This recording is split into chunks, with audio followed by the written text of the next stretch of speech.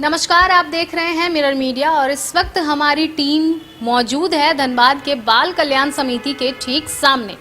यहाँ हम आपको बता दें कि विगत 14 फरवरी को लगभग 11 नाबालिग बच्चे जो हैं एक बाल तस्कर के साथ ट्रेन से कहीं साउथ की तरफ जा रहे थे, तमिलनाडु की तरफ जा रहे थे काम करने के लिए, बाल मजदूरी करने के लिए। उसी दौरान धनबाद रेलवे चाइल्ड लाइन जो है उन्होंने कुल 11 बच्चों को तस्कर के साथ पकड़ा था और फिलहाल उसका जो कार्य है और उन सभी का कार्य धीरे धीरे जो है बाल कल्याण समिति की तरफ से किया गया था और जो तस्कर था उसके ऊपर कार्रवाई भी हुई थी। और अभी फिलहाल आज के दिन हम आपको बता दें कि कुल 11 बच्चों के जो परिजन हैं वो यहाँ पर मौजूद हैं। आज इन सभी परिजनों को इनके बच्चे जो हैं वो सुपुर्द किए जाएंगे और ये लोग जो हैं ये बता रहे हैं कि ये लोग मधेपुरा बिहार से आए हुए हैं। तो सीधे हम इनसे जुड़ेंगे और जानने का प्रयास करेंगे कि क्या कुछ बातें हैं, किन कारणों से इन्होंने अपने नाबालिग बच्चे को तमिलनाडु की तरफ कार्य के लिए भेजा और इसके बाद हम आपको सुनाएंगे कि क्या कुछ कहना है धनबाद बाल कल्याण समिति की सदस्य ममता अरोड़ा का, क्या कुछ मुख्य तथ्य रहे और क्या कुछ कार्रवाई हुई। कहाँ से आप आए हैं पहले ये बताइए। मधेपुरा जिला से। मधेपुरा से हैं। कितने वर्ष का आपका बच्चा है?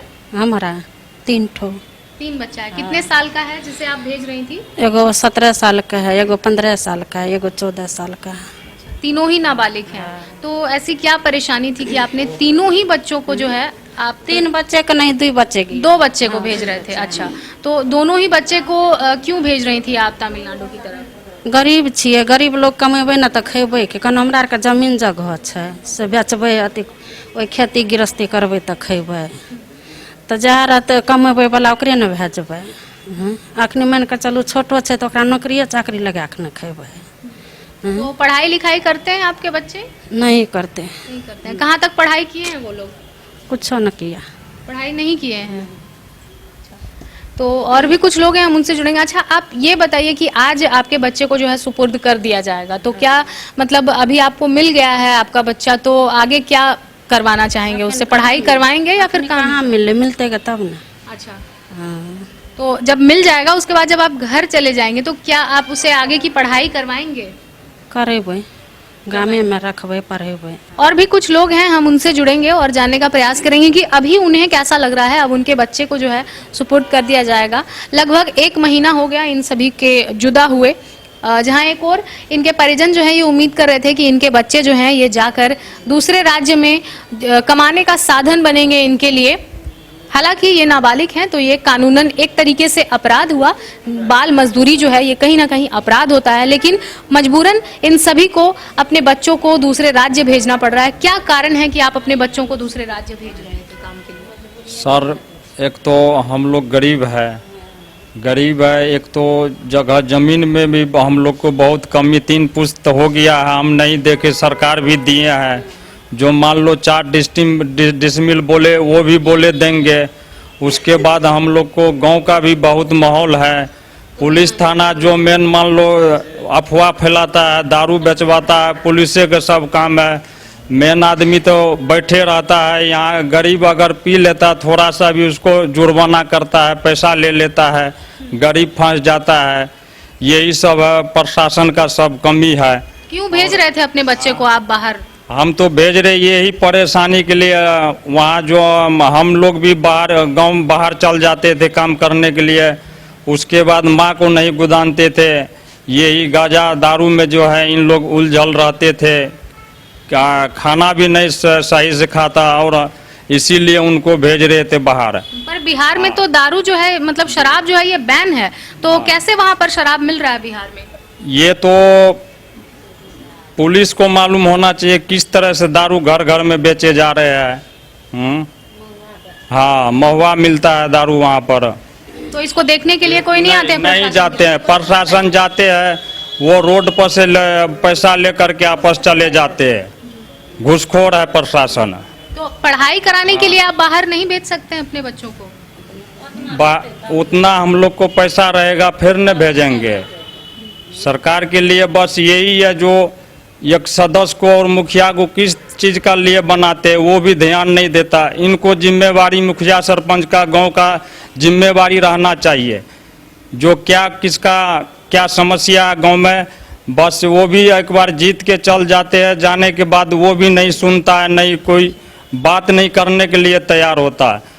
एक रास्ता पेरा के दिक्कत है, ना हम लोग को लैट्रिन रूम है और पानी सरकारी योजनाओं का लाभ नहीं मिल पा नहीं रहा है आप मिल लोगों पा को। रहा है, हाँ। क्या गुजारिश करना चाहेंगे हाँ। सरकार से? सरकार से यही करने चाहते हैं, मान लो हम लोग को सबसे पहला नंबर ये जो अफवाह नशा का ये बंद होना चाहिए। हाँ, मान लो 15 दिन 10 दिन पे जो है वार्ड सदस्य ब्यौरा लेना चाहिए, जो भाई गांव का कैसा माहौल है। क्यों हम लोग कहेंगे एक दूसरे को बेचता है तो उनको हमसे लड़ाई करने लगेगा, गालू गलौज करने लगेगा। हम तो कह नहीं सकते हैं, गांव में ऐसा माहौल है। तो आज अगर आपको बच्चा आपका मिल जाता है तो उसके जी। बाद क्या उसे आप आगे की पढ़ाई करवाएंगे या फिर से काम करवाएंगे उसे? हम तो ये आवेदन करने चाहते हैं, जो प्रशासन पहले चेक किया जाए। हम डीएम से आदेश हमको जो मिलना चाहिए और डीएम से भेजना चाहिए प्रशासन को क्या कमी है, और देख करके उन चीज़ को सही करना चाहिए। तो हम लोग पढ़ाएंगे अच्छा, हम लोग भी चाहते हैं पढ़ेगा तो अच्छा कोई हाँ नौकरी करेगा, कोई आगे पद पे जाएगा। हाँ, यही सब हम लोग को चाहिए। तो बिल्कुल ये हमने आपको सुनाई तमाम परिजनों की बातें कि किस तरह से इनके गांव में पूरा का पूरा इलाका जो है, ये वहाँ के लोग जो हैं वो नशे की चपेट में आकर के यहाँ पर हम आपको बता दें कि बिहार में जो नशीली वस्तुएं हैं यानी मादक पदार्थ जो हैं उस पर पूरी तरह से बैन लगा हुआ है, लेकिन इसके बावजूद भी यहाँ के लोगों ने जो है बिहार सरकार की पोल खोल दी है कि किस तरह से वहाँ पर धड़ल्ले से लोग जो हैं ये शराब के नशे के चपेट में आ चुके हैं, जिसके कारण माहौल जो है ये पूरा का पूरा खराब हो चुका है। और जिन सभी चीजों से परेशान होकर इन लोगों ने अपने बच्चे को दूसरे राज्य भेज दिया और कहीं ना कहीं आर्थिक तंगी थी, इसके कारण वो दूसरे राज्य में अपने बच्चों को काम करने के लिए भेज दिए थे। लेकिन इन्होंने गुजारिश की है सरकार से कि इनके क्षेत्र का जायजा लें और इनके बच्चों के उज्जवल भविष्य के लिए कोई एक सकारात्मक पहल लेकर आए। तो फिलहाल हम आपको सुनाते हैं क्या कुछ कहना है बाल कल्याण समिति की सदस्य ममता अरोड़ा का कि क्या कुछ पूरा मामला है और आज क्या कुछ होने वाला है। अभी वर्तमान में हम लोग जो है इन बच्चों का SIR जो हम लोग मधेपुरा बिहार से जहाँ के ये बच्चे हैं वहाँ से हम लोग सोशल इन्वेस्टिगेशन रिपोर्ट मंगवाने की बात कही थे और हम लोग उस टाइम ही इस चीज़ का ऑर्डर कर दिए थे। लास्ट 10 तारीख को हमारे पास ये सारे SIR उपलब्ध हो गए हैं मधेपुरा बिहार से। वहाँ से हम लोग कम्युनिकेट करते हुए अब इन 11 बच्चों को जो है उनके माता पिता को सुपुर्द करेंगे और एक कंडीशन रहेगा इसमें, सुपुर्दगी का कंडीशन ये रहेगा कि ये सारे बच्चे जो हैं ये लोग मधेपुरा से बिलोंग्स करते हैं, इसीलिए इनको उनके गृह जिला में इस केस इन सारे 11 केसेस को वहाँ ट्रांसफ़र कर दिया जाएगा, जिससे कि इन बच्चों का जो भी रिहेबिलिटेशन प्लान है वो मधेपुरा CWC आगे का जो भी कार्य है वो वहाँ संपूर्ण कर सके। जैसा कि हमने परिजनों से बातचीत की तो उनका कहना है कि आर्थिक तंगी के कारण वो बच्चों को भेज रहे थे कार्य करने के लिए, मतलब उनकी जो मंशा है वो काफी क्लियर है। और क्या ये पॉसिबल है कि वो फिर से अपने बच्चों को कार्य के लिए भेज दें? बहुत सारे चांसेस हैं इसमें, और क्योंकि ये सारे जो बच्चे हैं ये नियर अबाउट 18 ईयर्स में अब पहुंचने वाले हैं, बहुत ज़्यादा डिफरेंस नहीं रह गया है। हाँ, कुछ बच्चे 14-15 साल के भी हैं, तो जो बड़े बच्चे हैं जो अभी बॉर्डर एज में हैं वो तो एकदम 100% उसके चांसेस है कि वो फिर से दोबारा इस कार्य में जाएंगे। पर हमने अभी उनको कल भी वो हमारे ऑफिस में आए थे और कल भी हमने सारे जो पेरेंट्स हैं उनको अपनी सारी चीज़ों से अवगत कराया कि क्या क्या उनको हेल्प मिल सकता है, असिस्टेंस मिल सकते हैं जो बिहार में रह के अपने गृह जिला में रह के भी पॉसिबल हैं। और इसमें सारी जो वहाँ की जो सरकार है वो काफ़ी मदद करेगी और मिशन वात्सल्य तो इन्हीं सब बच्चों के लिए बना है, तो वो सारी चीज़ों से हमने उन्हें आज अवेयर कर दिया है। साथ ही हमने ये भी बोला है कि जो काम इतनी ज़्यादा रिस्क वाला नहीं है, ऐसे कुछ कामों में बच्चे को अभी लगाएं।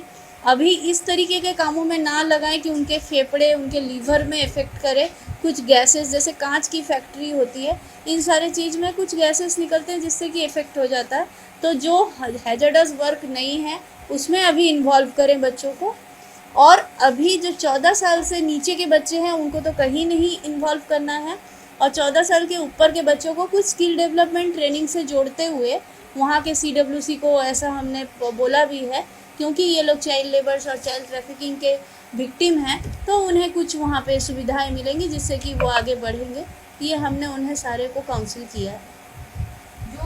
बाल तस्कर था, क्या उसके ऊपर कार्रवाई? हाँ, इस केस में न सिर्फ कार्रवाई हुई है, इसमें एफआईआर भी लॉन्च हुए हैं और जो तस्कर था उसको ये भी किया गया है, उसे गिरफ्तार भी किया गया है, वो अभी अंडर बार है और इसमें केस भी होगा कोर्ट में।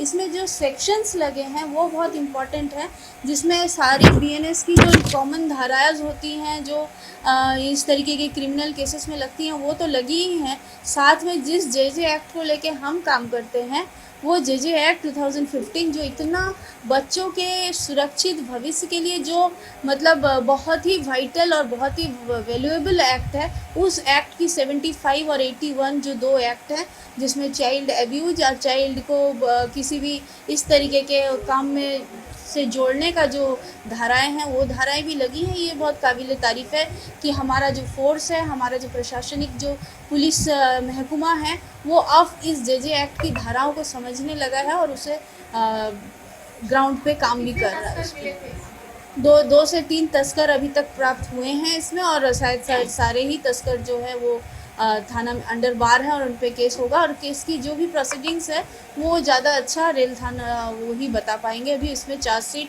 हुआ है कि नहीं, पूरी इंक्वायरी और इन्वेस्टिगेशन, इंक्वायरी तो हम कर रहे हैं, फिलहाल इन्वेस्टिगेशन वो लोग कर रहे हैं, उनकी कंप्लीशन हुई है कि नहीं ये वो बताएंगे। तो बिल्कुल जैसा कि हमने आपको सुनाया, बाल कल्याण समिति की सदस्य ममता अरोड़ा ने बताया कि ये जो पूरा केस है, कुल 11 बच्चे जिसमें रेस्क्यू किए गए थे, उसमें जो ट्रैफिकर था यानी जो बाल तस्कर था लगभग 2 की संख्या में पाए गए, 2 से 3 बाल तस्कर इसमें पाए गए और उनके ऊपर ना केवल बीएनएस यानी भारतीय न्याय संहिता के तहत उस पे धाराएं लगाई गई बल्कि जेजेए यानी जुवेनाइल जस्टिस एक्ट के तहत भी धाराएं लगाई गई, जो कि काफी महत्वपूर्ण देखा गया। और साथ ही साथ ये जो फिलहाल कार्य हुआ है इन सभी 11 बच्चों को रेस्क्यू करने का, इसके बाद से मधेपुरा बाल कल्याण समिति से भी बात करने की कोशिशें की जा रही है और साथ ही साथ ये प्रयास किया जा रहा है कि ये जो बच्चे हैं ये मुख्य धारा से जोड़े जा सकें और पढ़ाई की ओर उनकी जो उनका जो कार्य है और पढ़ाई की ओर उनकी जो दिशा है वो तय की जा सके और इसको लेकर के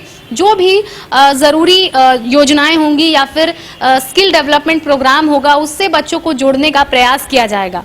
फिलहाल इस खबर में इतना ही, हम फिर लौटेंगे कुछ प्रमुख खबरों के साथ। तब तक के लिए देखते रहें मिरर मीडिया। कैमरामैन मुकेश के साथ प्रिया पांडे।